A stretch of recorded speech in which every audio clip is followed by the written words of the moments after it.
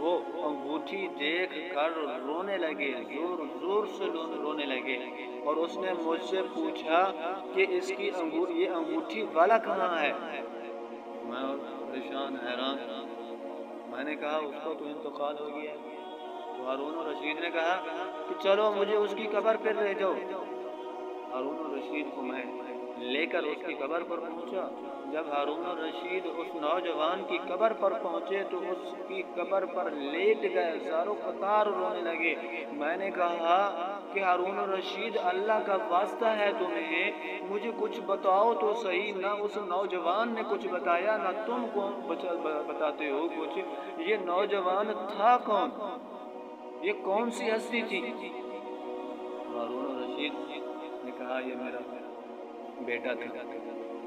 جب اس نے کہا یہ میرا بیٹا تھا تو میں اور حیران ہو گیا کہ ہارون الرشید بادشاہ اور اس کا جو بچہ تھا وہ ایک مزدور، وہ مزدوری کرتا تھا، یہ کیسے ہوا؟